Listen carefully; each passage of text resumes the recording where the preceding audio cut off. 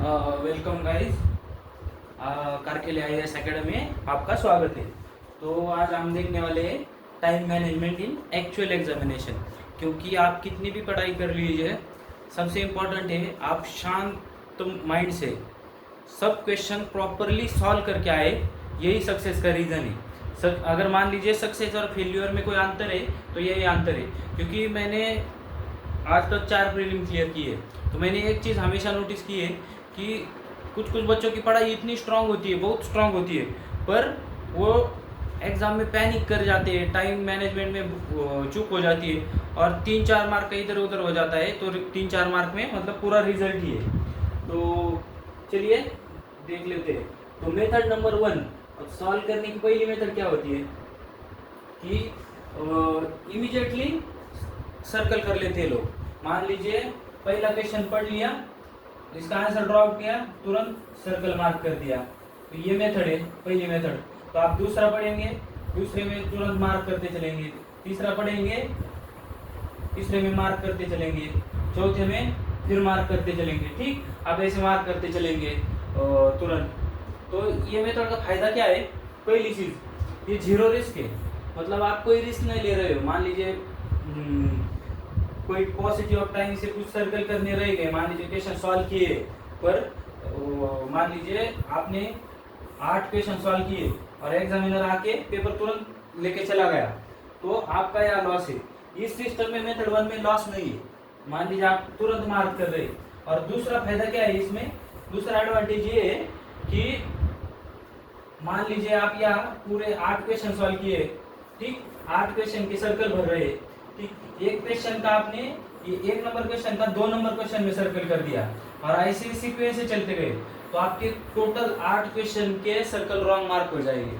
बहुत लोगों का ऐसा हुआ है। मेरा एक दोस्त आईपीएस है, उसका भी ऐसा ही प्रीलिम में हुआ था कि उसने एक की जगह 2 से मार्क करना शुरू कर दिया, मतलब जो भी सीक्वेंस थी 8 क्वेश्चन वाली, और हर एक क्वेश्चन का एक डाउन एक डाउन एक डाउन, मतलब सब एरर मार्क हो गए उसके। तो उस टाइम उसकी प्रीलिम चली गई थी। तो ये हमेशा याद रखिए। तो ये दूसरा एडवांटेज है कि आपका सर्कल ऊपर नीचे होने से आपको धोखा नहीं है। ठीक, तो this is the second advantage. ठीक है, अब मेथड 2 देखेंगे हम। तो मेथड 2 में क्या है? मान लीजिए कुछ कुछ लोगों की क्या हैबिट होती है कि पहला राउंड पूरा कंप्लीट करेंगे। लेट्स से पहले राउंड में उनके क्वेश्चन अटेम्प्ट हो जाती है 50 क्वेश्चन पहले राउंड में अटेम्प्ट हो जाएंगे। तो ये क्या करेंगे? अटेम्प्ट पूरा करके फिर फिल करने शुरू करेंगे, ठीक, पूरे 50 क्वेश्चन का।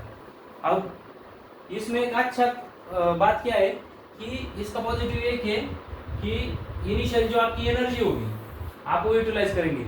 आप सर्कल भरते नहीं रहोगे, आप फट फट फट फट फास्ट में एकदम सब क्वेश्चन सॉल्व कर लोगे हाई एनर्जी में। तो ये एक उसका प्रोज है। और कॉन्स किसका क्या है कि अगर मान लीजिए एक पेपर छीन लिया गया, टाइम खत्म हो गया, पेपर लेके गया एग्जामिनर आपका, तो आप छूट सकते हैं। मतलब आप क्वेश्चन सॉल्व करके भी, मान लीजिए आपने इसमें से सेकंड या थर्ड राउंड में मान लीजिए 10 क्वेश्चन सॉल्व किया आपने, तो 10 की 10 क्वेश्चन के मार्क नहीं मिलेंगे, क्योंकि एक्चुअल ओएमआर शीट में आपने कुछ मार्क ही नहीं किया है। तो इसका एक सेकंड ड्रॉबैक है। और तीसरा एक रॉन्ग सीक्वेंस वाला है। मान लीजिए 14वें क्वेश्चन का आंसर 15वें में कर दिया, ठीक, और उसके नीचे सब सीक्वेंस रॉन्ग होती चली जाएगी। तो ये इसका ड्रॉबैक है। ठीक, अब थर्ड मेथड देखेंगे। अब थर्ड मेथड बेस्ट क्या है कि आप देखिए, बेस्ट मेथड है पहली मेथड, और थर्ड मेथड क्या है? मेथड 3 में क्या है कि मेथड 3 में आप 5 क्वेश्चन सॉल्व करो और 5 तुरंत फिल करते चलो। 5 क्वेश्चन सॉल्व करो, 5 तुरंत फिल करते चलो। मतलब ये भी हो सकती है। ये का यूज होती है, ये ज़्यादा तो सी सेट में होती है। मान लीजिए एक पैसेज है या कुछ है, सीक्वेंस में 5 क्वेश्चन है और वो 5 क्वेश्चन सॉल्व कर रहे हैं, तो इसमें भी ये ड्रॉबैक है, आप भूल सकते हैं। तो सबसे बेस्ट मेथड कौन सी है? तो पहली है, जैसे रीड करेंगे, मैंने इंप्लीमेंट किया मेथड 1, मतलब इमीडिएटली सर्कल कर दिया, क्वेश्चन सॉल्व किया, सर्कल किया, क्वेश्चन सॉल्व किया। अब ये छोटी छोटी चीजें आप बोलेंगे क्या सर लेक्चर ले रहे हैं ऐसे छोटी छोटी बात पे, पर छोटी छोटी बातों से ही रिजल्ट आता है। छोटी छोटी बातें एक्यूमुलेट होके मेक और ब्रेक बनाती है। तो इसलिए आपने नाइकी का एग्जाम्पल सुना होगा ना। नाइकी में क्या था कि नाइकी के शूज में उसने इतनी छोटी छोटी छोटी छोटी इंप्रूवमेंट कर दी, तो आज नाइकी ब्रांड बन गया, मतलब छोटी छोटी चीजों पे ध्यान दिया। अब क्वेश्चन आ रहा होता है कि कितने राउंड करने, ठीक। अब मान लीजिए कोई कोई क्या करता है कि एक ही राउंड में टोटल क्वेश्चन अटेम्प्ट कर देता है, ठीक है। तो इसका ड्रॉबैक क्या है कि मान लीजिए आपका 2 नंबर का क्वेश्चन है बायोफ्यूल पे, ठीक, बायोफ्यूल पे एक क्वेश्चन है, और मान लीजिए 14 नंबर पे एक क्वेश्चन आया है, वो भी बायोफ्यूल का एक्सप्लेन कर रहा है, बायोफ्यूल, इंडिया की बायोफ्यूल की पॉलिसी। तो अगर मान लीजिए इससे पहले आंसर की लिंक लग जाती है, ठीक, तो आपका इसमें फायदा होता है। अब मान लीजिए या ऑलरेडी आपने मार्क कर दिया है, सेकंड नंबर सर्कल मार्क कर दिया है, ठीक, और आप यहाँ नीचे चले गए 14 क्वेश्चन तक, और यह आप श्योर नहीं थे, आपने तुक्का खींच लिया, श्योर नहीं थे, और यह आपको लिंक लग गई और उसका पता चल गया कि इसका 2 नंबर का आंसर नहीं है, तो आप चाहकर भी कुछ कर सकते नहीं, क्योंकि आपने ऑलरेडी उसको मार्क कर दिया है। तो इसलिए वन गो स्ट्रैटेजी सही नहीं है। वन गो स्ट्रैटेजी में कितने अटेम्प्ट होंगे, क्या होंगे, ये रिस्क नहीं आता। तो बेस्ट स्ट्रैटेजी क्या है, बेस्ट बताऊंगा 3 राउंड। 3 राउंड सबसे बेस्ट है। तो इसमें क्या है कि बैलेंस टाइमिंग भी हो जाता है और लॉजिक एप्लीकेशन भी हो जाता है। मान लीजिए आप सॉल्व कर रहे हैं, ठीक, आपके फर्स्ट राउंड में आपको ऐसे क्वेश्चन है कि श्योर शॉट आने वाले क्वेश्चन है, तो वो कवर कर लेते आप। सेकंड क्वेश्चन में मान लीजिए 33% वाले क्वेश्चन है जिसमें आपको एनर्जी चाहिए सोचने के लिए, तो ऐसे क्वेश्चन को आप थोड़ा माइंड काम होने के बाद, एग्जाम थोड़ी समय बीतने के बाद आपका ब्रेन एक्टिव होता है ना, पहले 10-15 मिनट ब्रेन थोड़ा स्लगी चलता है, तो उसके बाद आपका ब्रेन एक्टिव हो जाएगा और आपका आंसर मिल जाएगा इसको 33 में, मान लीजिए आपको इसको मिल जाएगा। और थर्ड राउंड में मतलब एक्सट्रीम रेयर में आप रिस्क लेने वाले में आप रिस्क ले सकते हैं और आप देख सकते हैं पहले 2 राउंड में कितने अटेम्प्ट हुए। मान लीजिए आपके अटेम्प्ट हो गए 85, ठीक, तो आप अगर डिफिकल्ट पेपर है तो ये अटेम्प्ट सही है, ठीक, आप यही रुक जाएंगे, ज़्यादा रेकलेस ट्रिक नहीं लेंगे। और मान लीजिए पेपर इजी है और आपकी 85 है, तो आप थर्ड राउंड लेके इसको 90 प्लस लेके जा सकते हैं, 90 के अराउंड। तो ये एक उसका दूसरा एक एडवांटेज है ये थर्ड राउंड सिस्टम वाला, ठीक। ये थर्ड राउंड एक वन ऑफ द बेस्ट माना गया है यूपीएससी में, और मैंने भी हमेशा ये 3 राउंड वाली यूज की है। तब देखिए कि ज़्यादा कुछ लोग क्या करते हैं, ज़्यादा भी सोचते हैं, ज़्यादा भी नहीं सोचना है और टाइम वेस्ट नहीं करना है। मान लीजिए कुछ लोग ज़्यादा सोचते हैं और 1-1 डेढ़ घंटा पहली रीडिंग खत्म नहीं होती, तो फिर दिक्कत होती है कि अगले क्वेश्चन पे प्रेशर आ जाता है और आप क्वालिटी एनालिसिस नहीं कर पाते, आप तुरंत उसको गिलोटिन पे चढ़ा देते हैं। तो बेस्ट क्या है, कैसे ज़्यादा नहीं सोचना है। अब देखिए 50-50% वाला क्वेश्चन है, 50-50% मतलब 50-50% प्रोबेबिलिटी। आपको फाइनल जो ऑप्शन है, फाइनल ऑप्शन में 1 और थर्ड कट रहा है और 2 और 4 में कंपटीशन है, ठीक, ये 2 50-50% में आ गए, तो इनको पहले राउंड में उड़ाना है। लॉजिक लगाओ ट्वाइस और थ्राइस और इसको तुरंत मार्क कर दो 50% वाला, क्योंकि 50% में आप ये भी गारंटी नहीं कि आप सेकंड टाइम में आएंगे और तब भी उसका आंसर मिलेगा। और दूसरा ड्रॉबैक क्या है, सेकंड टाइम में आएंगे, फिर क्वेश्चन कॉम्प्रिहेंड करेंगे, फिर रीडिंग करेंगे, फिर समझेंगे क्या क्वेश्चन है और फिर उसमें फिर दिमाग लगाने चलेंगे, क्योंकि टाइम वेस्ट होगा। और इसीलिए कि फर्स्ट राउंड में 50% वाले उड़ाने हैं, फर्स्ट राउंड में खत्म कर देने, ठीक।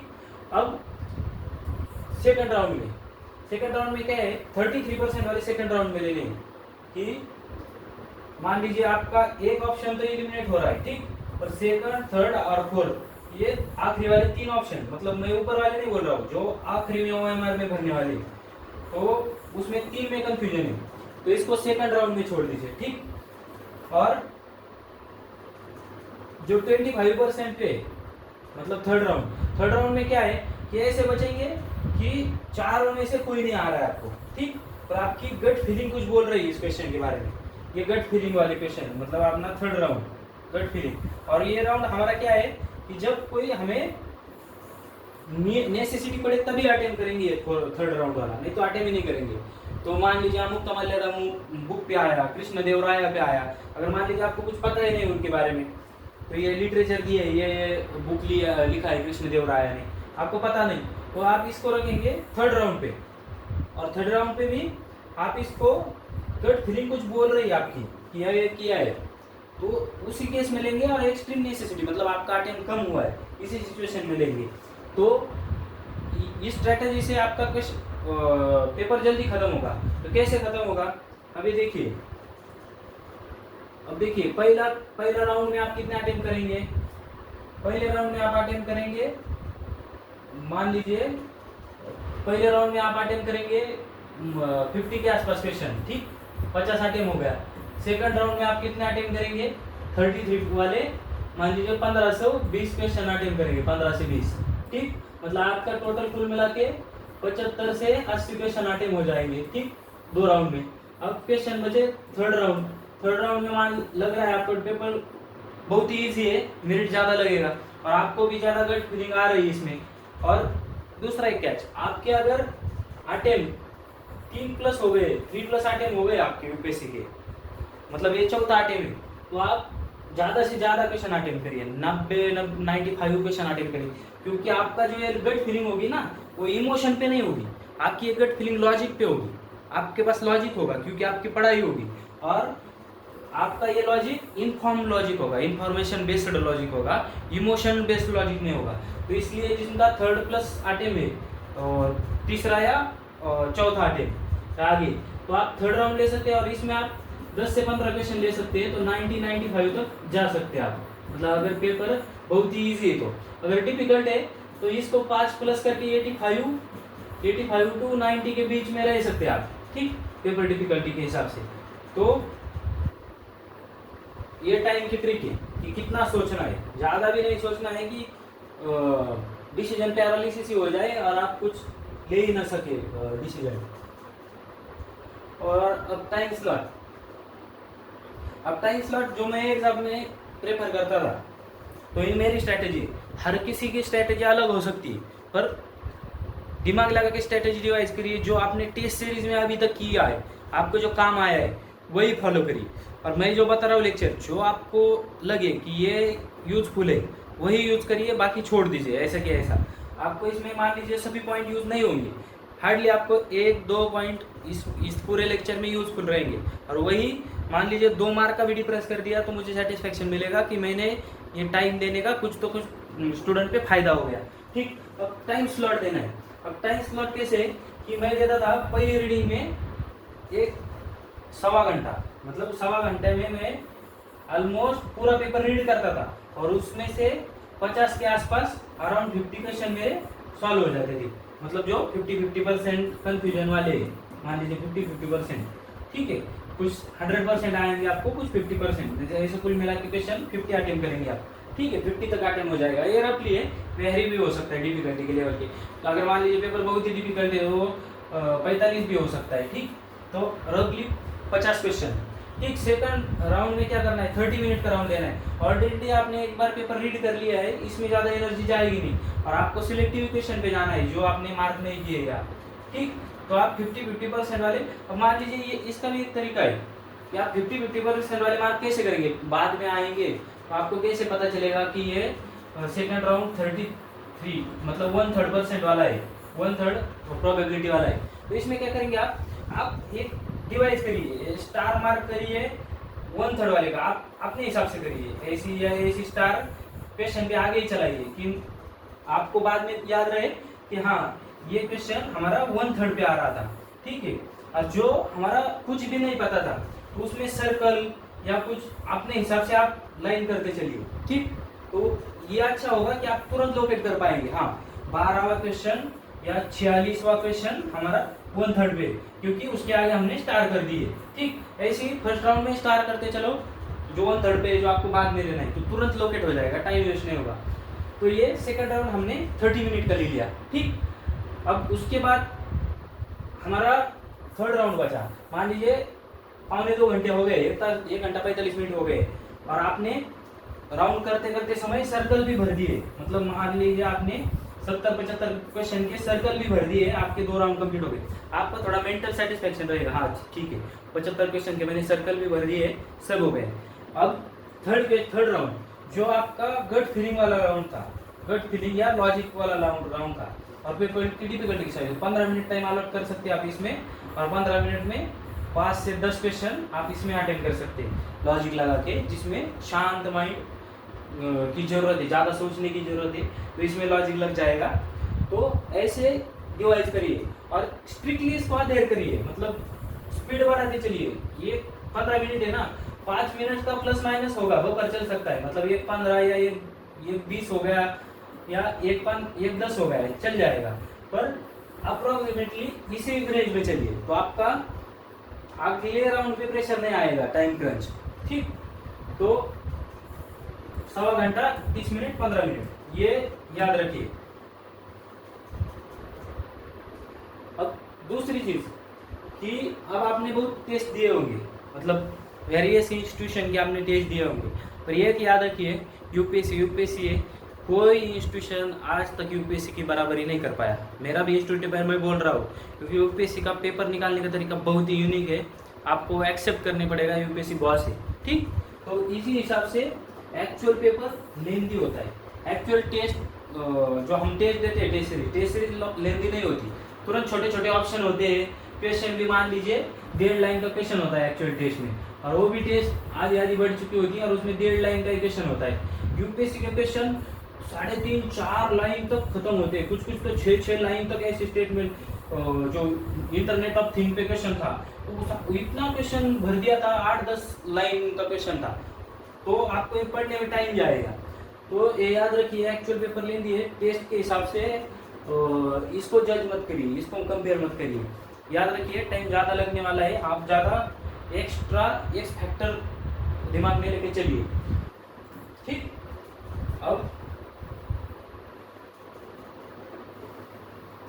अब टेस्ट, अब कितनी टेस्ट स्पीड इंप्रूव करने के लिए चाहिए।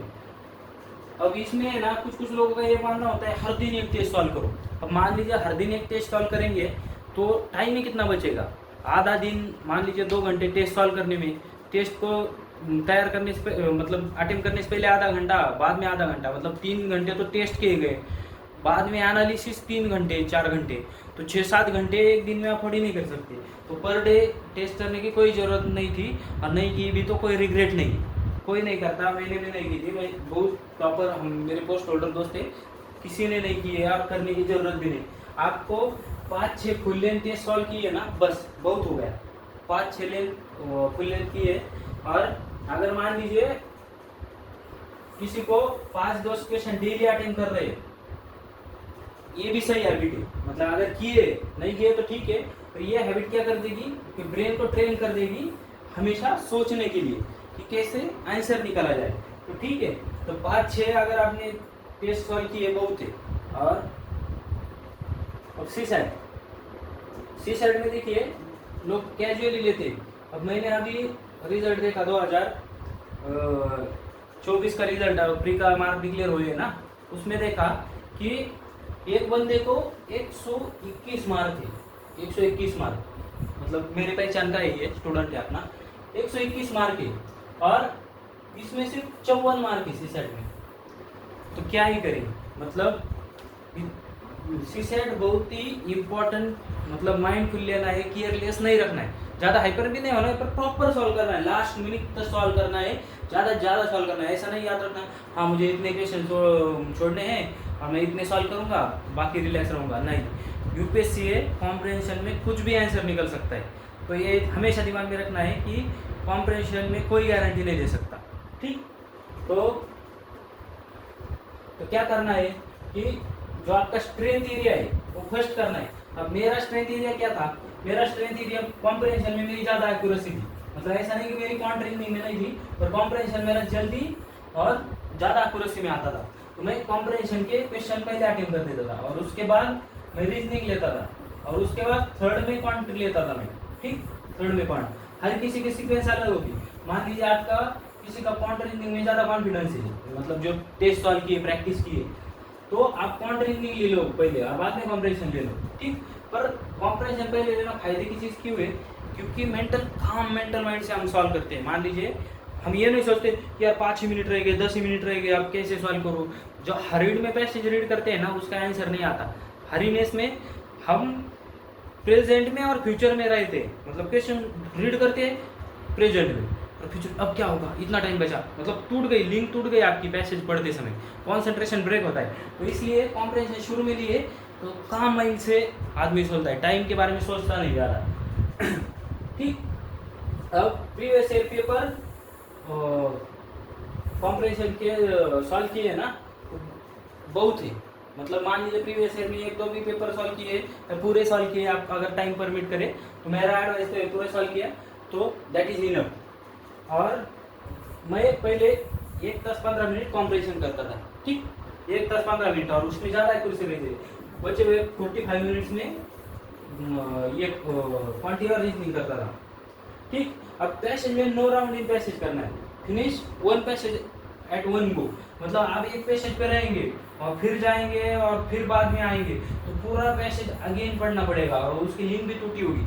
मान लीजिए एक पैसेज यही खत्म करना है, इसको अभी सॉल्व करना है, बाद में रखना नहीं। कॉम्प्रिहेंशन में राउंड का कंसेप्ट मत रखिए, क्योंकि वो ज़्यादा वर्क नहीं करता और टाइम कंज्यूमिंग है। 1 गो गिलोटिन पे चढ़ाते चलिए, सॉल्व करते चलिए, अगेन पढ़िए, सॉल्व करते चलिए। अब देखिए क्वांट रीजनिंग में आ गए, मान लीजिए आपने ये सॉल्व कर दिया, ये 10-15 मिनट में कॉम्प्रिहेंशन सॉल्व किया। अब क्वांट और रीजनिंग में इजी क्वेश्चन टारगेट करिए और डिफिकल्ट क्वेश्चन सेकंड राउंड पे लिख करिए। सेकंड राउंड के लिए स्टार मार्क करके रखिए, यहाँ सेकंड राउंड, या पढ़िए मत क्वेश्चन, पढ़िए मत, डायरेक्ट क्वेश्चन क्लियर कर दिया, समझ में आया, परसेंटेज का क्वेश्चन है, ठीक है, परसेंटेज का क्वेश्चन है या एवरेज का क्वेश्चन है, ठीक, और तुरंत उसको सॉल्व करते चलेंगे। अब देखिए, देखा कि यहाँ दिखा है परम्यूटेशन P228 परम्यूटेशन दिख रहा है, तुरंत हटा दिया, या कोई डिफिकल्ट है तो ये ऐसी चीजें बाद में लेंगे, जो जो दिख रहा है ना इजी, तो वो पहले सॉल्व करेंगे, ठीक। उसके बाद टाइम बचा तो हम ऐसे डिफिकल्ट क्वेश्चन में भी फिर इजी क्वेश्चन ढूंढेंगे। सीसेट क्वांटिटी रीजनिंग में एक ट्रिक्स है, आपको स्टक नहीं होना है, बह नहीं जाना है, मतलब प्यार करना है पर प्यार में बहना नहीं है, ये याद रखिए। यही सीसेट में क्वेश्चन सॉल्व करके देखना है, अगर हो रहा है, नहीं हो रहा है, नहीं हो रहा है तो मूव ऑन करना है, उस पर इश्क नहीं करते बैठता है।